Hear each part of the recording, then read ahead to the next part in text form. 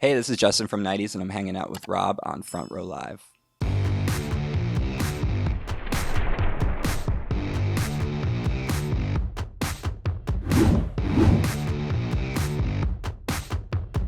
What's up, guys? Rob here, Front Row Live Entertainment. I'm hanging out here with NIGHTIES, and I'm super excited to be talking about this new track that just dropped. Before we really dive into that, like, you've kind of had a change in your music, a change in just going from a band to being the solo artist. I want to talk about that kind of evolution for you and how that kind of impacted your solo sound. Totally. It kind of happened when I used to play in a band called Made Violent, and that came to an end, and it was a new chapter in my life. And I just wanted to keep songwriting, and so I was learning how to record, and I just fell in love with being able to do things on my own. Yeah. And I've become such a control freak because of that. But there's something so special and magical about being in the room by yourself and finding that like aha moment where it just kind of comes together, and there's almost like a high that you get just building that track that way. And so I spent 4 years alone in my room, kind of just really trying to figure that out, and also figure out where my voice fit, because I had written melodies and lyrics and all sorts of things like that before, but I didn't actually have to sing them. Yeah. And that was a really scary thing for me to kind of transition into. And funny enough, when I moved to LA, my old house had a view of downtown LA and was super beautiful. And at night it would just be really, really pretty. And I just fell in love with these very like soft sounds, and realizing that my voice fits in very chill. And there was a moment where I think it was that song Fix that I put out earlier, where I heard it back, and it was just like, that's it. That's the sound. And this whole idea of night driving music and creating those things where you're driving through the city at night and you feel some kind of way and you kind of remember where you were when you heard that. That was the goal for this thing. Yeah, it's like perfect music for like road trips and stuff. Yeah, as well. exactly. Like and it's kind of crazy that you mentioned that, like, you learned how to produce, but also like it was also the aha moment where you were like, oh shit, now I gotta sing. Yeah, totally. So going into that kind of aspect of creating your sound and your style, like, what was that process like, kind of discovering your voice and seeing what really worked as far as like your vocal ranges and tones? Totally. That it was a hilarious process because there was a lot of bad stuff that happened. I lived in Nashville for 2 years, and I think I fell into this like singer-songwriter twangy thing, and then I would try to do songs that were like Made Violent, where I would be yelling or up and like really extending my voice, and it just never worked. And the thing that worked was just kind of being like, let me be laid back, let me be comfortable with it, because I think also I like loud rock and roll music, and a lot of that is like extended vocals and things like that. So I was trying to do something that was outside of my comfort range, and now just realizing that what works for me is, and authentic to me, is to just kind of be laid back, chill, and just make these pocket songs, where you're just in the pocket the whole time. So you found your voice, you found your sound. Now it comes down to the songwriting. Like, how did that impact your songwriting and the way that you write? I really love songs where they just kind of cruise, where it's the same thing the whole time, and you just build dynamics around that. Where this is before you started writing your own stuff. This is like something. Yeah. I've always just like, the Stones or like Beatles, like things like that. Like, it's always just the same thing, and melodies just kind of change or dynamics open up. And so when NIGHTIES kind of was happening, or I felt like I had found the sound, it was just these things where the drums were grooving and the chord progression would kind of stay the same, but I'd bring in different chorus melodies or synths and things like that, and it would really make things pop. And that to me was what worked the best. So, So would you say that now that you kind of knew your sound, your style, what this music was all about, like, would you say that it was easier for you to start writing the material, or did you have some time kind of being able to write, because now you were, on your own? It wasn't like you were waiting for a group or a team around you. Yeah, I think the nice thing was, once I figured out what the sound was, I kind of stayed in that lane, which was new for me, because usually I'm writing things all over the map. Like I was saying earlier, like there's stuff all over that I have like in folders and that kind of thing. But with this, it's like I know what works and what I get excited about. Right. And so I try to shoot for that. And sometimes it goes out of it, but yeah, I just really kind of found that lane and dove headfirst into it. And I've had a lot of fun with it. And then lyrically and thematically, you know, those 4 years, there were a lot of changes that were happening in my life too. Yeah.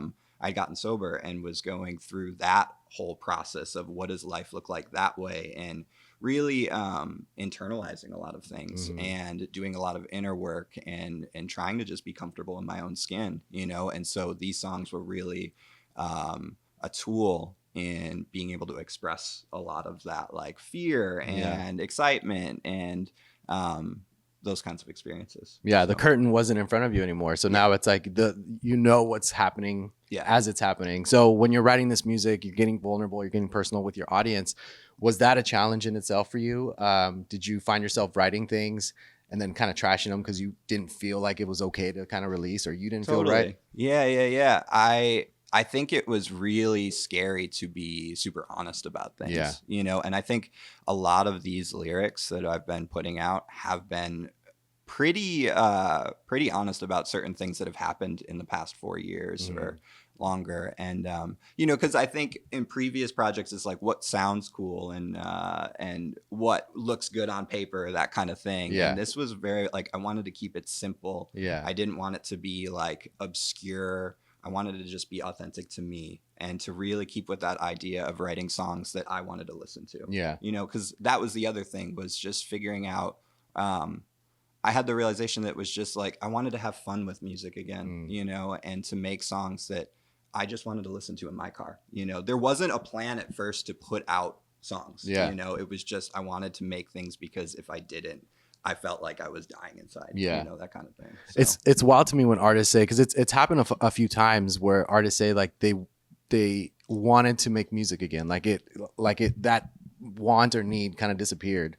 How impactful was it, like being in that moment of like, I want to get back into this, I want to jump in and, you know, start creating music, and how did it impact that music that you're creating today? I mean, it really was that like aha moment. This is fun. You know, because I think when I first got sober and kind of was grieving the process of like not touring anymore and not doing that, it was a whole thing. And then moving to LA and finding this sound within these 90s songs, it was just like it did something for that inner child, you know, where it was just like, oh yeah, this is what I loved to do so much as a kid. Like, you know, I wasn't the person in high school who was like, let me go party, let me do this. Like, I want to make songs, you know, I just want to make good songs that are fun and things that I like listening to. So, yeah, it was just another one of those like aha moments. This is fun. I like messing with these different synth sounds or guitar. And I was a drummer in the old band, you know, so getting to play guitar all the time was a lot of fun too. And experimenting and just letting myself be bad with things, you know, until I found something that I thought was cool and worth sharing with the world, you know. It's like one of those moments where it's like when you're a child, you do everything, you run around, you do everything, and it just there's no like issues around it, right? Totally. Like, but then you work with a project, work with a band, work with a producer, and there's like a timeline, there's like direction that you have to take, and then now you're going back on your own material, kind of rediscovering yourself, and there's no timeline whatsoever. It's just like do what you want. So it must feel amazing to be able to just like have that kind of child feeling again when you're creating something that you truly love. Now we move forward to the most recent single, Invisible. Talk me into that creative process. Like, what kickstarted the writing process for this song? That song is so funny because it was one that I wrote 5-6 years ago. Damn. And I was always believed in it. Well, no, no. I wrote it and I was very at the time. And the band was over. I was in a very like sad spot, you know. I was just not sure how to continue moving forward, didn't know what I was doing, that kind of thing. And I, again, didn't know how to sing, didn't know how to like, or didn't think I could. But I had a friend who helped me try and track it, and I listened, and it was just like, this isn't good. I can't do this, you know. And so it just kind of went in the vault for a long time. And last year, I was working on this batch of songs that's going to be the record that I'm going to put out, and and I was kind of in that place where I was just tired, like funny enough, and feeling kind of defeated on things and this and that. And I just started playing it on the acoustic again and remembered like, oh, this is a really special song. There's something there that I can actually connect to. And also realizing that my subconscious, when it was being written all those years ago, was really trying to just say like, yo, we need to move forward. Yeah. We need to take some action. We need to do something to get us out of this like place, because I'm not feeling good right now, or I'm feeling invisible or whatever it is. And so I set to work on the song and revived it, and was able to use the knowledge I had now with recording and playing and singing and knowing where my voice sits to do it. And when I was recording it too, I always had that bridge part written out and knew that I wanted a friend to sing on it. Yeah. And Ian, who was my best friend here, shouts out, bud. He was over at the house and I was showing him the song. He loved it. I was like, dude, you would sound really good on this.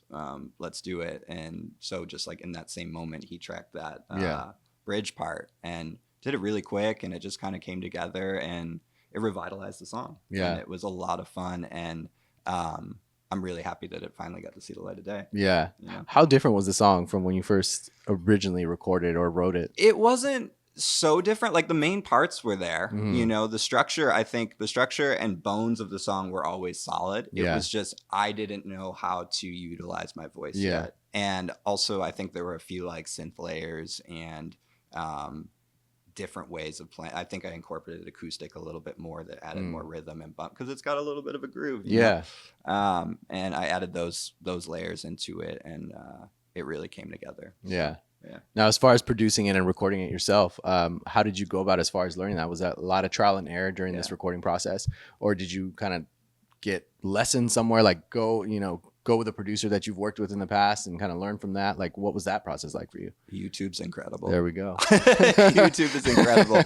I spent a long time just making really bad things, and I still will listen to songs, but I'm like, this is not good.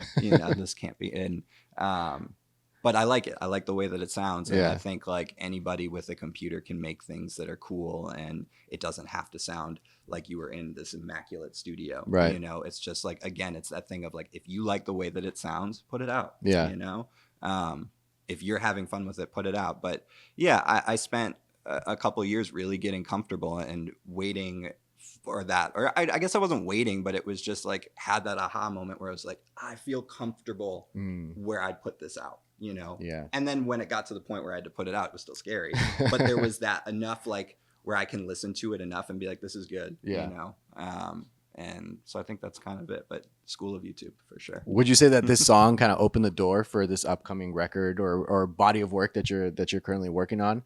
Or would you say that you're still kind of changing your sound or kind of discovering your sound for this release? I think that this was one of the last ones that I put in for the record. I think there's 7 or 8 songs that'll be on it.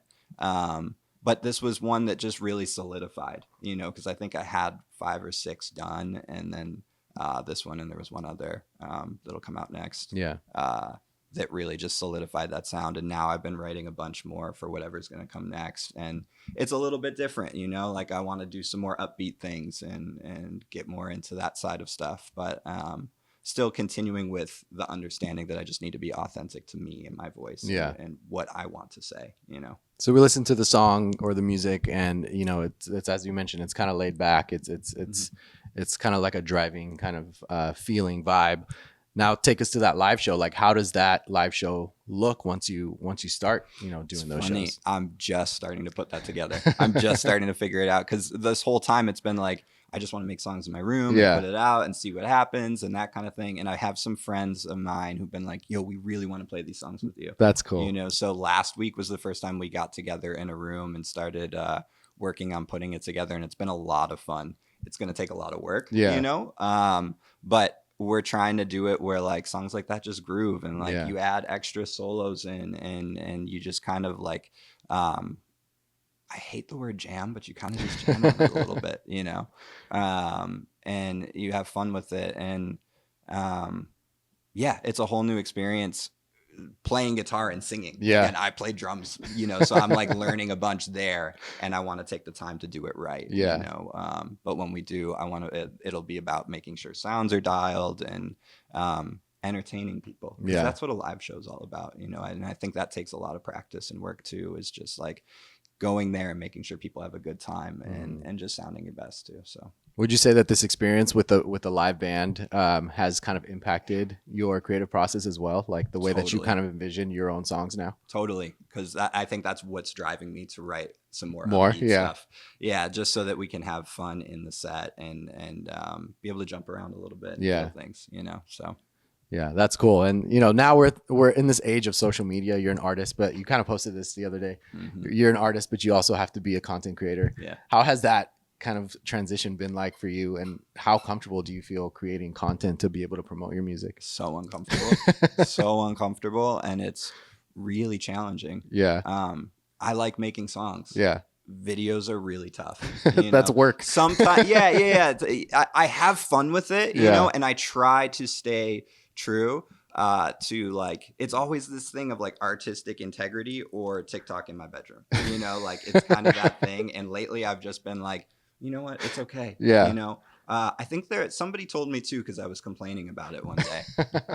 And they were like, dude, I think it was a Tyler the Creator quote that's like, why wouldn't you promote your song? Yeah. You made it. Yeah. Like, why you got to put it out you there. Keep posting about, you know, because we get this thing of feeling so uncomfortable that it's like, I've posted the same song a million times, but it's like, no, dude, the algorithm pushes it down. It's a void. It's so hard to be seen. Why wouldn't you invest time in something that you already invested time, you know? Exactly. So I'm trying to get better at that and trying to allow myself to just be comfortable in uncomfort, discomfort. And it's a process like everything else. I think the lesson that I've learned too is, along with making content, I still have to allot myself time for songwriting because that's my happy place. Right. You know, so. Yeah, that's cool. And it's always fun, like watching an artist like start from the beginning. Like, you know, obviously you've been in the industry for some time, but like your solo career is a start of something new. Yeah. So it's kind of cool seeing like that first initial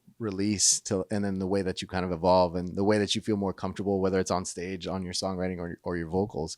To close us out, like during this entire process of kind of rediscovering yourself, what was one thing that could have been like that aha moment where it's like, oh shit, I can do that? It was totally the voice thing. Yeah. It was totally like, just there, it was that song Fix, and the melody kind of sat in there, and it just, to me, I was like, there it is. Yeah. That's the thing that I've been looking for this entire songwriting process. Was just like, oh, I can do this. There is a place for this. I can't, you know, because there's people that are always like, everyone can sing. And I'm like, that's bullshit. That's not true, you know. But to what capacity? You know, and for this, it was like, I heard it and I was like, this is good. I like this. I feel that's awesome. Excited, you know.